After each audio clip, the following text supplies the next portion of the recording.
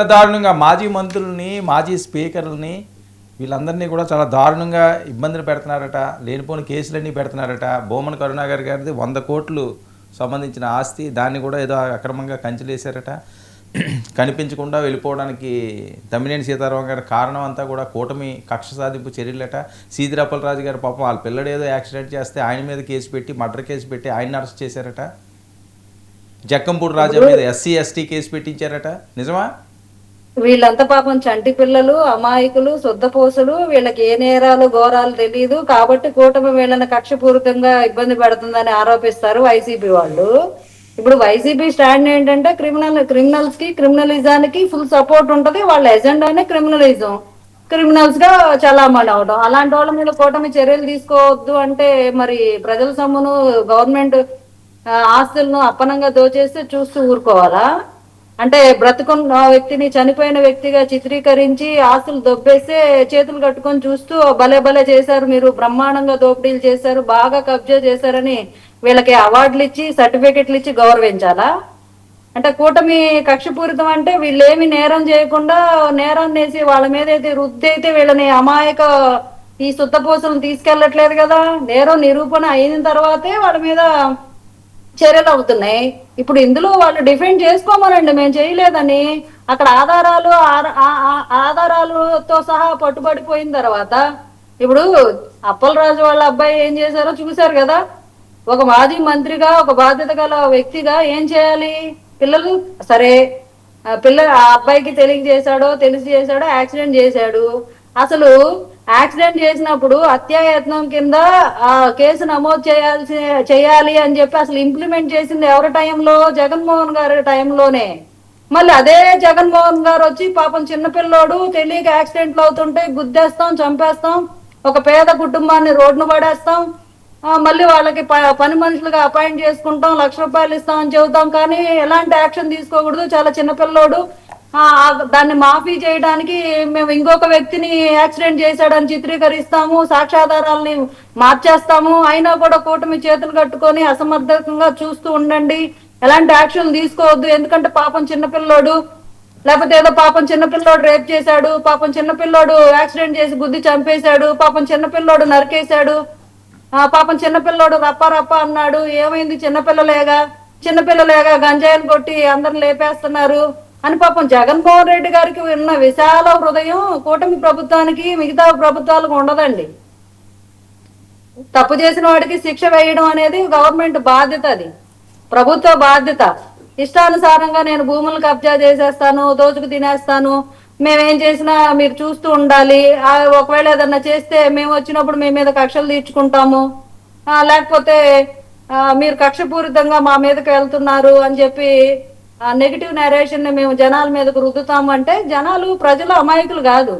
బొమ్మన కరుణాకర్ రెడ్డి గారు TDR బాండ్లో వాళ్ళ అభినవ్ రెడ్డి గారు ఎంత దోపిడీ చేశారో తిరుపతిలో, కూటమి ఎలక్షన్ ముందు అన్ని పార్టీలు కలిపి సాక్ష్యాధారాలతో దుమ్మురేకొట్టాయి. అలాంటి వాళ్ళ మీద మేము ఎంక్వైరీ వేయాల్సిందే, వాళ్ళు ఏమేమి అవినీతి చేశారో బయట పెట్టాల్సిందే. ఖచ్చితంగా బయట పెడతాం. బయట పెట్టకపోతే కూడా మళ్ళీ ఏమంటారు, ఆ రోజు ప్రెస్ మీట్ లో మీరు ప్రస్తావించారు కదా, అంత అవినీతి చేశారు, ఇంత అవినీతి చేశారు అన్నారు కదా, మరి ఏది మీరు నిరూపించలేకపోయారు అని మళ్ళీ కూటమినే క్వశ్చన్ చేస్తారు. ఇప్పుడు కూటమి ప్రభుత్వం ఏం చేయాలి? వీళ్ళ మీద చర్యలు తీసుకోవాలా లేదా గాలికి వదిలేయాలా? చర్యలు తీసుకుంటేనేమో కక్షపూరితం అంటున్నారు, తీసుకోకపోతేనేమో చేతకాంతనం అంటున్నారు. అంటే ఎటు వస్తే అటు మీరు మీ ఇష్టానుసారం మాట్లాడితే మేమేమో చేతులు కట్టుకొని కూర్చొని చూస్తూ ఉండాలా? ఏం మాట్లాడుతున్నారు వైసీపీ నాయకులు? మీరు ఏ తప్పు చేయకపోతే శుద్ధపూసలు అయితే ఏదో కడిగిన ముత్యాలు పగడాలలాగా బయటికి రండి. ఎవరు వద్దన్నారు మిమ్మల్ని?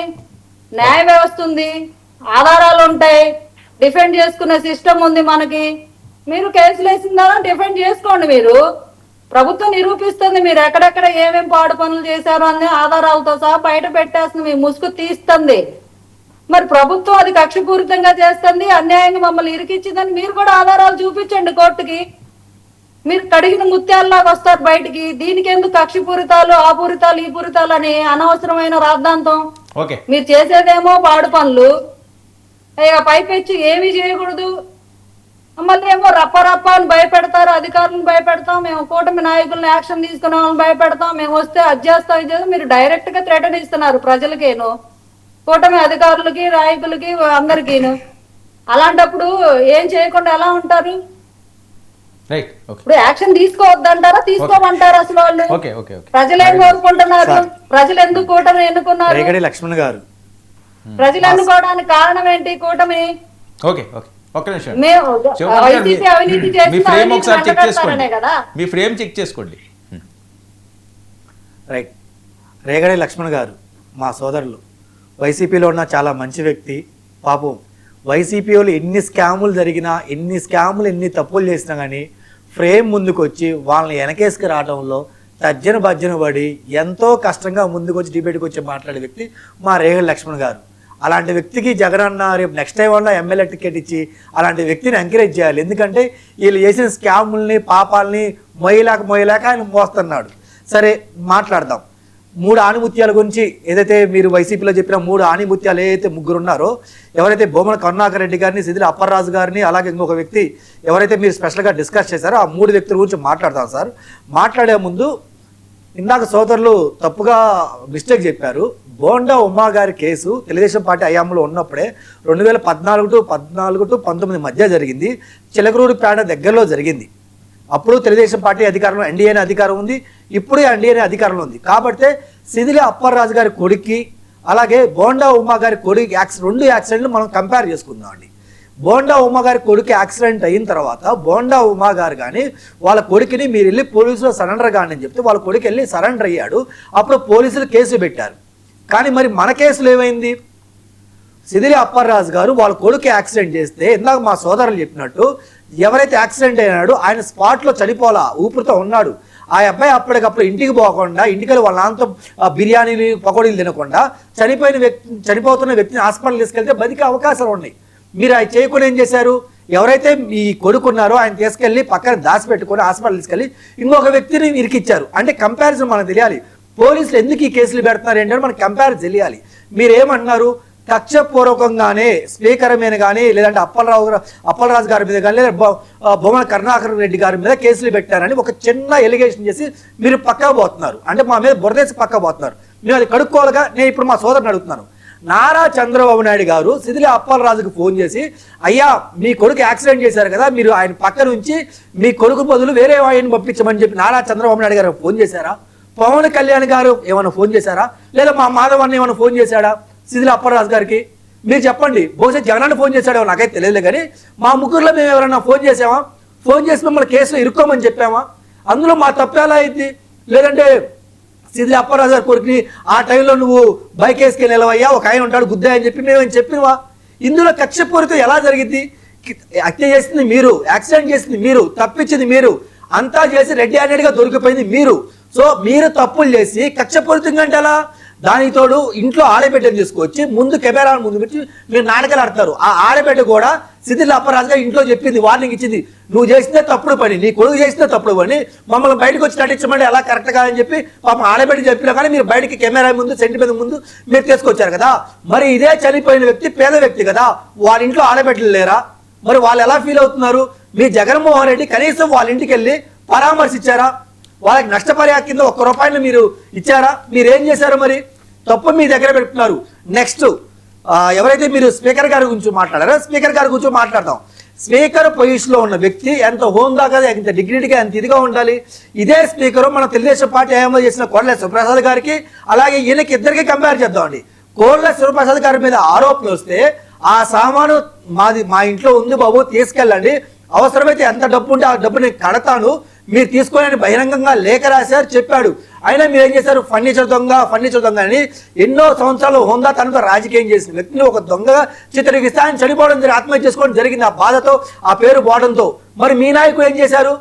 రెడ్ హ్యాండెడ్గా ఒక వ్యక్తిని, బతికున్న వ్యక్తిని చంపేసి అతను చనిపోయాడని చెప్పి మీరు ఒక సర్టిఫికేట్ తీసుకొచ్చి ఏదో ఒక రాష్ట్రంలో ఉన్న వ్యక్తిని తీసుకొచ్చి వాళ్ళ బంధువు అని చెప్పి వాళ్ళ మీద ట్రాన్స్ఫర్ చేసుకొని మళ్ళీ మీ పేరు మీద పెట్టుకున్నారు.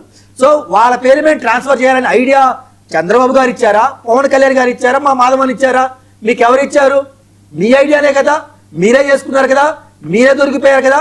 తప్పులు మొత్తం మీరే చేసి ఈ రోజు ఏమన్నారు, కక్ష సాధింపు చర్య మా మీద అన్నారు.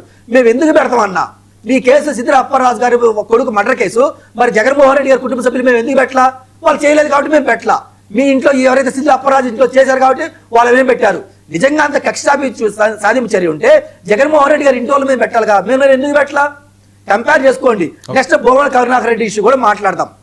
సొద్దపోస ఆనిముత్యు, మరొక ఆనిముత్యు ఈయన ఏమంటున్నాడు, మా అన్నవాడు చెప్పడం జరిగింది, ఆయన సొంత ల్యాండ్ని మీరు స్వాధీనం చేసుకున్నా అన్నారు. మీరే సొంత ల్యాండ్ అని మీరు అంటున్నారన్న. ఇప్పటికీ భూమన కరుణాకర్ రెడ్డి బయటకు వచ్చి ప్రెస్ మీట్ పెట్టి ప్రూఫ్లు ఆధారాలు కోర్టులో కేసు వేయకుండా బయట పెట్టకుండా ఇంతవరకు చేయకుండా సైలెంట్గా ఉన్నాడు. ఎందుకు? ఆయన ఆక్యుపై చేసింది గవర్నమెంట్ ల్యాండ్, బలవంతంగా తీసుకున్నాడు అని చెప్పి ఆయనకి తెలిస్తే కూటమి ప్రభుత్వం ఆక్యుపై చేసుకొని మేము ఎవరికి రాసివ్వాలా, సమ్ ఎక్స్కో సమ్ వైకో సమ్ జట్టుకో రాసివ్వాలా. మేమేం చెప్తున్నాం, అది ప్రభుత్వం ల్యాండ్ అని చెప్పి మేము స్వాధీనం చేసుకున్నాం, అది ప్రజల ఆస్తి అని చెప్పి మేము స్వాధీనం చేసుకున్నాం. ఇప్పటికీ భూమన కరుణాకర్ రెడ్డి గారు వచ్చి డాక్యుమెంట్స్ బయట పెట్టి ఇది మా తాత మా ముత్తాత వైఎస్ రాజారెడ్డి గారు మా తాత కమ్మారు, మా తాత మాకిచ్చారు చెప్పి మీకేమన్నా డాక్యుమెంట్స్ చూపించారా? ఉంటే మీరు లైవ్ లో చూపించిన డాక్యుమెంట్స్. సో మీరు కబ్జాలు చేస్తారు, మీరు బూతులు పెడతారు. ఇందాక మా సోదరు గారు మామూలుగా చెప్పినప్పుడు జగన్మోహన్ రెడ్డి గారు ముఖ్యమంత్రిగా ఉన్నప్పుడు ఈ నాయకులు మొత్తం అపోజిషన్ లీడర్లో ఉన్న చంద్రబాబు గారిని కానీ లేదంటే మా పవనాన్నని కానీ లేదా మమ్మల్ని కానీ విపరీతమైన బూతులు తిడుతుంటే జగన్మోహన్ రెడ్డి గారు కళ్ళు మూసుకు ఎందుకున్నారు మీకు తెలుసా? ఎందుకంటే వీళ్ళు దందాలు కబ్జాలు ఇంకోటి ఎంత తప్పుడు పని చేసినా మన ల్యాండ్ అయితే కబ్జా చేయలేదు కదా, లేదంటే మన ఇల్లు అయితే తీయలేదు కదా, మన ఫ్యాక్టరీ దగ్గరకు వచ్చి కమిషన్ అడగలేదు కదా, ఎవరైనా పరాయి వ్యక్తి దగ్గరికి వెళ్ళారు కదా, మనకెందుకని జగన్మోహన్ రెడ్డి కళ్ళు మూసుకొని ఉన్నాడు. వీళ్ళందరూ ప్రజల మీద పడి 1000 కోట్లు ఎరకేశారు. తప్పు చేస్తుంది వీళ్ళు, అవినీతి చేస్తుంది వీళ్ళు తప్పులు చేస్తే ఈ రోజు మేము యాక్షన్ తీసుకుంటే 2.5 సంవత్సరాల తర్వాత మేము యాక్షన్ తీసుకుంటే ఇప్పటికొచ్చి మీరు కక్ష సాధింపు చర్య చేస్తే తప్పు కదా లక్ష్మణ్ సార్? ఇప్పుడు మంచి ప్రసంగం చేశారు, ఆయన చాలా మంచి ప్రసంగం చేశారు. అంటే వర్మ గారు భూమన కరుణాకర్ రెడ్డి గారు భూమి విషయంలో మాట్లాడుతూ ఉన్నారు. గతంలో నోటీస్ ఇచ్చారు, 1 year క్రితం నోటీస్ ఇస్తే భూమన కరుణాకర్ రెడ్డి గారు కోర్టుకి వెళ్ళారు. కోర్టుకి వెళ్ళి నేను ఏదైతే ఆక్రమించాలని ఆరోపణలు చేస్తూ ఉన్నారో అది రివర్ బెడ్ ల్యాండ్స్ కానీ లేదంటే ఇనాం భూములు కానీ ఏదైతే అంటూ ఉన్నారో వాటి యొక్క సర్వే నంబర్లు ఏంటి, వాటి వివరాలు ఇవ్వండి అని చెప్పి రెవెన్యూ శాఖని అడిగితే ఇంతవరకు ఆ రెవెన్యూ శాఖ స్పందించలేదు. మరి వివరాలు ఇవ్వాలి కదా సార్, ఏ సర్వే నంబర్లో ఆక్రమించారు, ఏ రివర్ బెడ్ కింద ఆక్రమించారు, ఏ సర్వే నంబర్ వివరాలు ఎందుకు ఇవ్వలేకపోతుంది? ఏంటి జగన్మోహన్ రెడ్డి గారు ఢిల్లీ వెళ్తున్నారంటే దేనికి సార్? ఇప్పుడు జగన్మోహన్ రెడ్డి గారు గౌరవ దేశ ప్రధాని అయినటువంటి నరేంద్ర మోడీ గారిని కలవడానికి వెళ్ళి ఏదైతే చేస్తూ ఉన్నారో ఇప్పుడు వస్తున్నట్టు వార్తలు ఏవైతే వస్తూ ఉన్నాయో ఏదైనా ఆంధ్రప్రదేశ్ రాష్ట్రంలో జరుగుతున్నటువంటి ఈ యొక్క ఉన్మాద పరిపాలన, విధ్వంస పరిపాలన, ఏదైతే ఒక నియంత పరిపాలన ఏదైతే ఈ కూటమి ప్రభుత్వం అని ఈ రకమైనటువంటి పరిపాలన పైన ఏదైతే జరుగుతూ ఉందో మరి ఈ కూటమి ప్రభుత్వం యొక్క విధానం చంద్రబాబు నాయుడు గారు ఏ రకంగా ఈ రెడ్ బుక్ రాజ్యాంగాన్ని నారా లోకేష్ గారు కలిపి తీసుకెళ్తారు? లక్ష్మణ్ నువ్వు అంత సీరియస్ గా చెప్తుంటే వాళ్ళ మీద అభియోగాలు చేస్తుంటే ఆయన ఏం నవ్వుతున్నాడు విజయ్? నవ్వుకొని సార్, తప్పే ఉంది. ఆయనకి నవ్వు వచ్చింది, ఆయన నవ్వుకుంటా ఉన్నాడు, తప్పే ఉంది మధ్యలో. సార్ ఇక్కడ నరేంద్ర మోడీ గారితో మాట్లాడడానికి ఏముంటుంది సార్? రాష్ట్ర పరిస్థితులు, రాష్ట్రం ఉన్నటువంటి విధానాలపైన మాట్లాడతారు, అవకాశం ఉన్న దాన్ని బట్టి ముందుకు తీసుకెళ్తారు జగన్మోహన్ రెడ్డి గారు. అంతేనా? ఈ అరెస్టులో ఇలాంటి అంశాలు ఏమైనా కూడా ప్రస్తావిస్తారా? ఈ అరెస్టులో ఇలాంటి అంశాలు ఏమైనా ప్రస్తావిస్తారా? మా మాజీ మంత్రులను వీళ్ళని వాళ్ళని అరెస్ట్ చేస్తున్నారని మీరు కొద్దిగా చెప్పండి అని. మంత్రులు సార్ ఇక్కడ ఏదైనా రాష్ట్ర ప్రయోజనాల కోసం ఉంటుంది సార్. జగన్మోహన్ రెడ్డి గారు ఎప్పుడు మాట్లాడినా, జగన్మోహన్ రెడ్డి గారు ఎప్పుడైనా కేంద్ర ప్రభుత్వంతో మాట్లాడినా ఏదైనా ఆంధ్రప్రదేశ్ రాష్ట్ర ప్రయోజనాల కోసం, ఆంధ్రప్రదేశ్ రాష్ట్రం అభివృద్ధి కోసం కావాల్సినటువంటి దీని గురించి మాట్లాడతారు. వ్యక్తిగతంగా మా పార్టీ నాయకుల కోసం, వ్యక్తిగతంగా పార్టీ విధానం కోసం అయితే ఎప్పుడు ఉండదు. కానీ ఖచ్చితంగా ఆంధ్రప్రదేశ్ రాష్ట్ర రాజకీయాల్లో కొంత విధానాన్ని కోసం ఖచ్చితంగా జగన్మోహన్ రెడ్డి గారు మాట్లాడే విధానం ఉంటుంది. ఏదేమైనా సరే ఖచ్చితంగా మన కొన్ని రోజుల్లో ఏంటి ఏ పర్పస్ ఏంటనేది, జగన్మోహన్ రెడ్డి గారు ఎందుకు వెళ్తూ ఉన్నారు, దేనికి భేటీ అవుతూ ఉన్నారు, ఏ విషయంపై అనేది త్వరలో అత్యంత ముఖ్యమైనటువంటి సమాచారం రాబోతుంది.